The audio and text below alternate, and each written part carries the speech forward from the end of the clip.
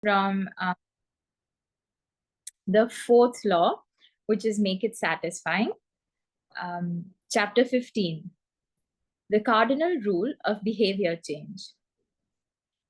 In the late 1990s, a public health worker named Stephen Luby left his hometown of Omaha, Nebraska, and bought a one-way ticket to Karachi, Pakistan. Karachi was one of the most populous cities in the world. By 1998, over 9 million people called it home. It was the economic center of Pakistan and a transportation hub with some of the most active airports and seaports in the region. In the commercial parts of town, you could find all of the standard urban amenities and bustling downtown streets. But Karachi was also one of the least livable cities in the world. Over 60% of Karachi's residents lived in squatter settlements and slums. These densely packed neighborhoods were filled with makeshift houses cobbled together from old boards, cinder blocks, and other discarded materials. There was no waste removal system, no electricity grid, no clean water supply. When dry, the streets were a combination of dust and trash. When wet, they became a muddy pit of sewage. Mosquito colonies thrived in pools of stagnant water, and children played among the garbage. The unsanitary conditions led to widespread illnesses and disease. Contaminated water sources caused epidemics of diarrhea, vomiting, and abdominal pain. Nearly 1/3 of the children living there were malnourished. With so many people crammed into such a small space, viruses and bacterial infections spread quickly. It was this public health crisis that had brought Stephen Luby to Pakistan. Luby and his team realized that in an environment with poor sanitation, the simple habit of washing your hands could make a real difference in the health of the residents.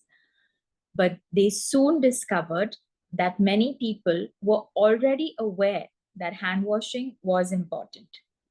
And yet, despite this knowledge, many residents were washing their hands in a haphazard fashion. Some people would just run their hands under the water quickly. Others would only wash one hand. Many would simply forget to wash their hands before preparing food. Everyone said hand washing was important, but few people made a habit out of it. The problem wasn't knowledge. The problem was consistency. That was when Luby and his team partnered with Procter & Gamble to supply the neighborhood with Safeguard soap. Compared to your standard bar of soap, using Safeguard was a more enjoyable experience. In Pakistan, Safeguard was a premium soap, Luby told me.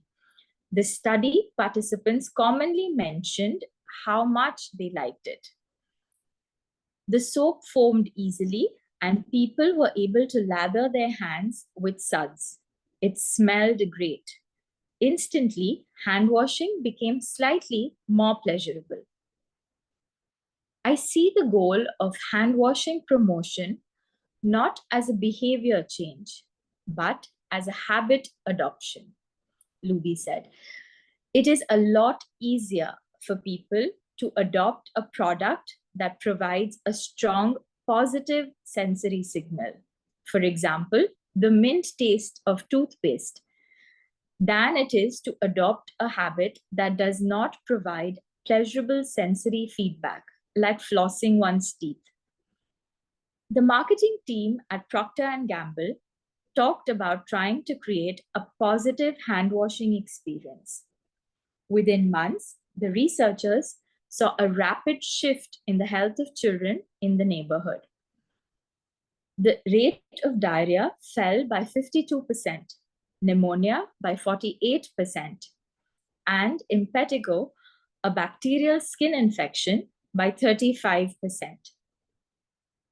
The long-term effects were even better. We went back to some of the households in Karachi 6 years later, Luby told me. Over 95% of households who had been given the soap for free and encouraged to wash their hands had a hand washing station with soap and water available when our study team visited. We had not given any soap to the intervention group for over 5 years. But during the trial, they had become so habituated to wash their hands that they had maintained the practice. It was a powerful example of the fourth and final law of behavior change. Make it satisfying. We are more likely to repeat a behavior when the experience is satisfying. This is entirely logical. Feelings of pleasure, even minor ones like washing your hands with soap that smells nice and lathers well, are signals that tell the brain, this feels good. Do this again next time. Pleasure teaches your brain that a behavior is worth remembering and repeating. Take the story of chewing gum. Chewing gum had been sold commercially throughout the 1800s. But it wasn't until Wrigley launched in 1891 that it became a worldwide habit. Early versions were made from relatively bland resins, chewy but not tasty. Wrigley revolutionized the industry by adding flavors like spearmint and juicy fruit, which made the product flavorful and fun to use. Then they went a step further and began pushing chewing gum as a pathway to a clean mouth. Advertisements told readers to refresh your taste. Tasty flavors and the feeling of a fresh mouth provided little bits of immediate reinforcement and made the product satisfying to use. Consumption skyrocketed, and Wrigley became the largest chewing gum company in the world. Toothpaste had a similar trajectory. Manufacturers enjoyed great success when they added flavors like spearmint, peppermint, and cinnamon to their products. These flavors don't improve the effectiveness of toothpaste. They simply create a clean mouth feel and make the experience of brushing your teeth more pleasurable. My wife actually stopped using Sensodyne because she didn't like the aftertaste. She switched to a brand with a stronger mint flavor, which proved to be more satisfying. Conversely, if an experience is not satisfying, we have little reason to repeat it. In my research, I came across the story of a woman who had a narcissistic relative who drove her nuts. In an attempt to spend less time with his egomaniac, she acted as dull and as boring as possible whenever he was around. Within a few encounters, he started avoiding her because he found her so uninteresting. Stories like these are evidence of the cardinal rule of behavior change. What is rewarded is repeated. What is punished is avoided. You learn what to do in the future based on what you are rewarded for doing or punished for doing in the past. Positive emotions cultivate habits. Negative emotions destroy them. The first three laws of behavior change: make it obvious, make it attractive, and make it easy, increase the odds that a behavior will be performed this time. The fourth law of behavior change, make it satisfying, increases the odds that a behavior will be repeated next time. It completes the habit loop. But there is a trick. We are not looking for just any type of satisfaction. We are looking for immediate satisfaction. The mismatch between immediate and delayed rewards. Imagine you're an animal roaming the plains of Africa, a giraffe or an elephant or a lion. On any given day, most of your decisions have an immediate impact. You are always thinking about what to eat or where to sleep or how to avoid a predator. You are constantly focused on the present or the very near future. You live in what scientists call an immediate return environment because your actions instantly deliver clear and immediate outcomes. Now switch back to your human self. In modern society, many of the choices you make today will not benefit you immediately. If you do a good job at work, you will get a paycheck in a few weeks. If you exercise today, perhaps you won't be overweight next year. If you save money now, maybe you will have enough for retirement decades from now. You live in what scientists call a delayed return environment because you can work for years before your actions deliver the intended payoff. The human brain did not evolve for life in a delayed return environment. The earliest remains of modern humans, known as Homo sapiens sapiens, are approximately 200,000 years old. These were the first humans to have a brain relatively similar to ours. In particular, the neocortex, the newest part of the brain and the region responsible for higher functions like language, was roughly the same size 200,000 years ago as today. You are walking around with the same hardware as your Paleolithic ancestors.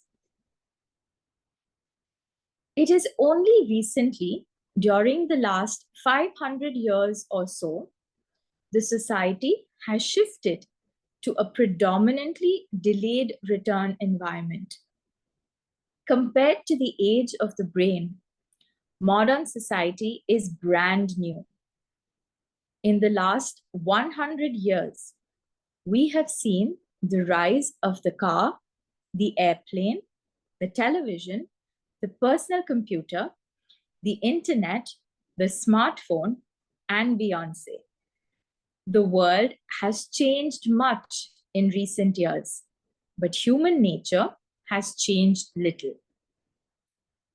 Similar to other animals on the African savanna, our ancestors spent their days responding to grave threats, securing the next meal, and taking shelter from a storm. It made sense to place a high value on instant gratification. The distant future was less of a concern. And after thousands of generations in an immediate return environment, our brains evolved to prefer quick payoffs in long-term ones. Behavioral economists refer to this tendency as time inconsistency. That is, the way your brain evaluates rewards is inconsistent across time. You value the present more than the future. Usually, this tendency serves us well. A reward that is certain right now is typically worth more than one that is merely possible in the future. But occasionally, our bias toward instant gratification causes problems. Why would someone smoke if they know it increases the risk of lung cancer? Why would someone overeat when they know it increases their risk of obesity? Why would someone have unsafe sex if they know it can result in sexually transmitted disease? Once you understand how the brain prioritizes rewards, the answers become clear. The consequences of bad habits are delayed while the rewards are immediate. Smoking might kill you in 10 years, but it reduces stress and eases your nicotine cravings now. Overeating is harmful in the long run, but appetizing in the moment. Sex, safe or not, provides pleasure right away. Disease and infection won't show up for days or weeks, even years. Every habit produces multiple outcomes across time. Unfortunately, these outcomes are often misaligned. With our bad habits, the immediate outcome usually feels good, but the ultimate outcome feels bad. With good habits, it is the reverse. The immediate outcome is unenjoyable, but the ultimate outcome feels good. The French economist Frédéric Bastiat explained the problem clearly when he wrote, "It almost always happens that when the immediate consequence is favorable, the latter consequences are disastrous, and vice versa. Often, the sweeter the first fruit of a habit, the more bitter are its later fruits."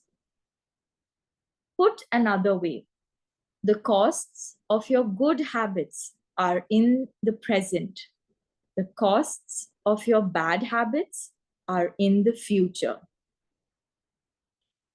The brain's tendency to prioritize the present moment means you can't rely on good intentions. When you make a plan to lose weight, write a book, or learn a language, you are actually making plans for your future self.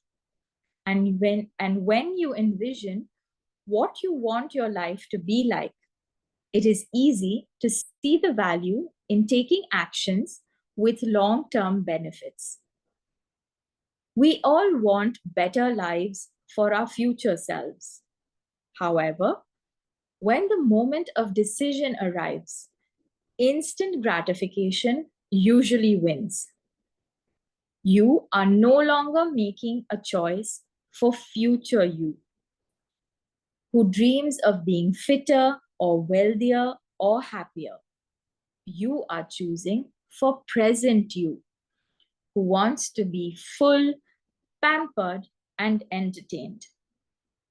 As a general rule, the more immediate pleasure you get from an action, the more strongly you should question whether it aligns with your long-term goals. With a fuller understanding of what causes our brain to repeat some behaviors and avoid others, let's update the cardinal rule of behavior change. What is immediately rewarded is repeated. What is immediately punished is avoided.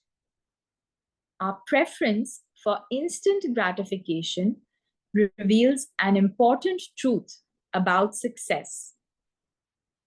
Because of how we are wired, most people will spend all day chasing quick hits of satisfaction. The road less traveled is the road of delayed gratification. If you're willing to wait for the rewards, you will face less competition and often get a bigger payoff. As the saying goes, the last mile is always the least crowded. This is precisely what research has shown. People who are better at delaying gratification have higher SAT scores, lower levels of substance abuse, lower likelihood of obesity, better responses to stress, and superior social skills. We've all seen this play out in our own lives. If you delay watching television and get your homework done, you'll generally learn more and get better grades. If you don't buy desserts and chips at the store, you'll often eat healthier food when you get home. At some point, success in nearly every field requires you to ignore an immediate reward in favor of a delayed reward. Here's the problem. Most people know that delaying gratification is the wise approach. They want the benefits of good habits, to be healthy, productive, at peace. But these outcomes are seldom top of mind at the decisive moment. Thankfully, it's possible to train yourself to delay gratification. But you need to work with the grain of human nature, not against it. The best way to do this is to add a little bit of immediate pleasure to the habits that pay off in the long run, and a little bit of immediate pain to ones that don't. How to turn instant gratification to your advantage. The vital thing in getting a habit to stick is to feel successful, even if it's in a small way. The feeling of success is a signal that your habit paid off and that the work was worth the effort. In a perfect world, the reward for a good habit is the habit itself. In the real world, good habits tend to feel worthwhile only after they have been provided after they have provided you with something. Early on, it's all sacrifice. You've gone to the gym a few times, but you're not stronger or fitter or faster, at least not in any noticeable sense. It's only months later, once you shed a few pounds or your arms gain some definition, that it becomes easier to exercise for its own sake. In the beginning, you need a reason to stay on track. This is why immediate rewards are essential. They keep you excited while delayed rewards accumulate in the background. What we're really talking about here when we're discussing immediate rewards is the ending of a behavior. The ending of any experience is vital because we tend to remember it more than other phases. You want the ending of your habit to be satisfying. The best approach is to use reinforcement, which refers to the process of using an immediate reward to increase the rate of a behavior. Habit stacking, which we covered in chapter 5, ties your habit to an immediate cue. which makes it obvious when to start. Reinforcement ties your habit to an immediate reward, which makes it satisfying when you finish. Immediate reinforcement can be especially helpful when dealing with habits of avoidance, which are behaviors you want to stop doing. It can be challenging to stick with habits like no frivolous purchases or no alcohol this month. Because nothing happens when you skip happy hour drinks or don't buy that pair of shoes. It can be hard to feel satisfied when there is no action in the first place. All you're doing is resisting temptation, and there isn't much satisfying about that. One solution is to turn the situation on its head. You want to make avoidance visible. Open a savings account and label it for something you want, maybe leather jacket. Whenever you pass on a purchase, put the same amount of money in the account. Skip your morning latte, transfer $5. Pass on another month of Netflix, move $10 over. It's like creating a loyalty program for yourself. The immediate reward of seeing yourself save money toward the leather jacket feels a lot better than being deprived. You are making it satisfying to do nothing. One of my readers and his wife used a similar setup. They wanted to stop eating out so much and start cooking together more. They labeled their savings account trip to Europe. Whenever they skipped going out to eat, they transferred $50 into the account. At the end of the year, they put the money toward the vacation.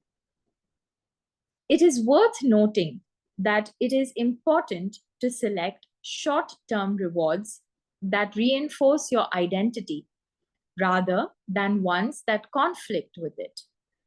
Buying a new jacket is fine if you're trying to lose weight or read more books, but it doesn't work if you're trying to budget and save money.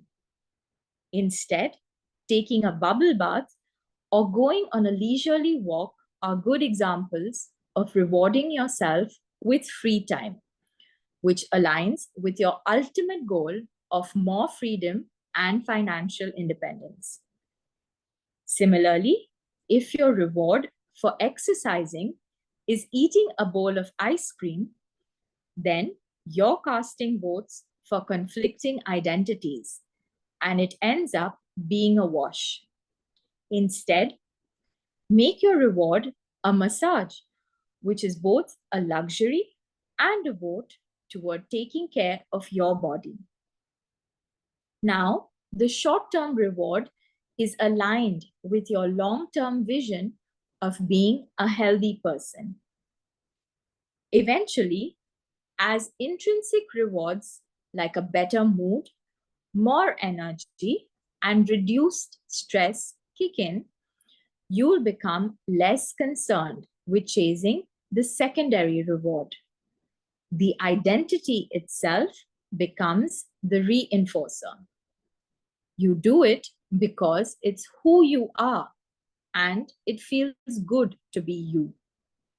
The more a habit becomes part of your life, the less you need to outside encouragement to follow through. Incentives can start a habit.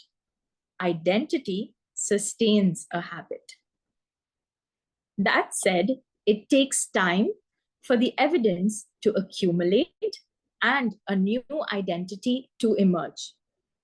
Immediate reinforcement helps maintain motivation in the short term while you're waiting for the long-term rewards to arrive.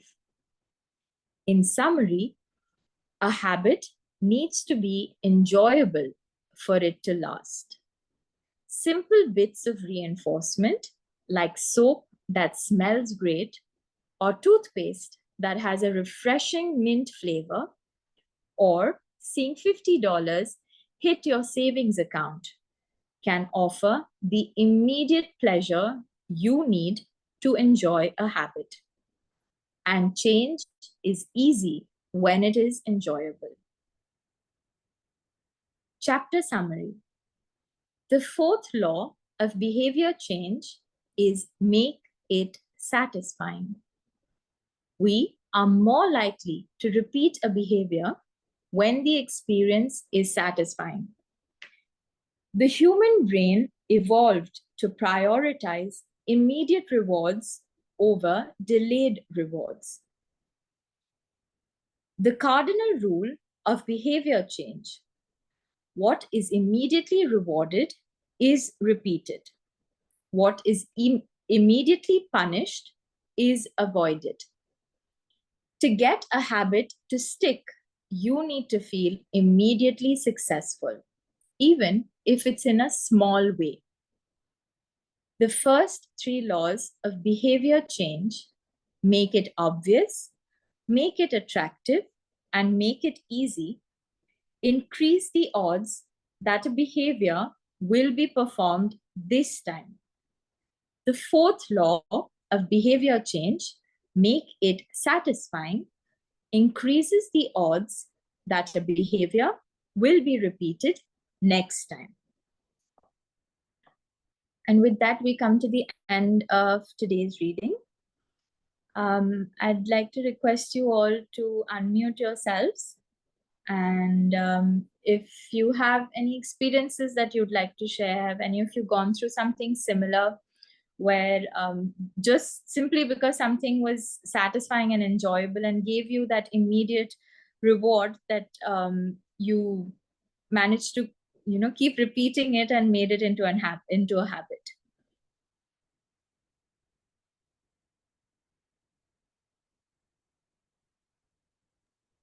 Would anyone like to go first? Hello, good evening, everyone. Good evening, Taranjeet. Yeah, the habit of repeating oneself. I would like to tell you a small story, I would say. Like, Okay. my children, they were very much pampered by my parents. Okay. And the habit of saving was almost not there. Like, I kept on telling them every time that you need to save something for the future. Sometimes you require something, you should, and if I'm not there, you should have that money collected. And but it wasn't getting done. Okay. So, like, I thought, like, I tried many ways, trial and error method. But then one method started working, was I placed 2 coin boxes. Okay. And like, they had whatever I used to tell them that this is a change I have got left at the end of the day with me. So Okay. one day I'll give it to my son and one day I'll give it to my daughter. Okay. So once what happened, that they wanted to eat something and I was not there around. Okay. So they opened their money boxes and they bought and ate. That was a turning point with them, that Okay. the day, like in the evening after work when I came home, so how much change you have? The first question was that. Like, no hi, no hello. How much change you have today? So, like, from me, my brother, my mother, my father, and that developed into a good habit. And recently, I heard my son saying that, Mama, like, I always would keep putting some or the other money into my account. Yes. And this is from that thing that I still remember, that you used to say, see, if you save, then you can buy this. If you save, then you can take that. So it's really, it's worked out really very well. It took a lot of time and patience from me, from my end, but it worked out. But it's wonderful that they continue to do that even now. Yeah, they still continue to do it. All right. Even though now it has become a digital age, we use a lot of plastic. I think one of the previous chapters, if it's automatic, like, your salary comes into your bank account and you automatically put something into the savings, yes, then, it's much easier to do that that way. Yes. So it is really very nice. What about you, Tanmay? Were you able to relate to anything that we read in this chapter, or anything that you'd like to share? Okay. So I think, Kanti, would you like to share anything?